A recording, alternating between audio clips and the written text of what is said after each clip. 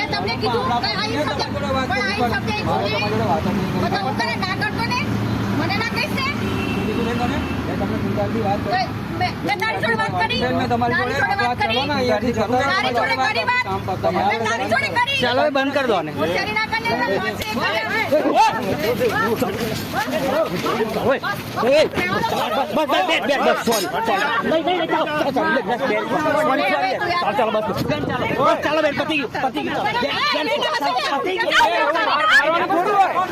એક મહિલા જ્યારે ઊંચા પદ પર હોય ત્યારે તેના પતિ દ્વારા રોફ જાળવામાં આવતો હોય તેવા અનેક કિસ્સાઓ સામે આવતા હોય છે। વધુ એક કિસ્સો સામે આવ્યો છે।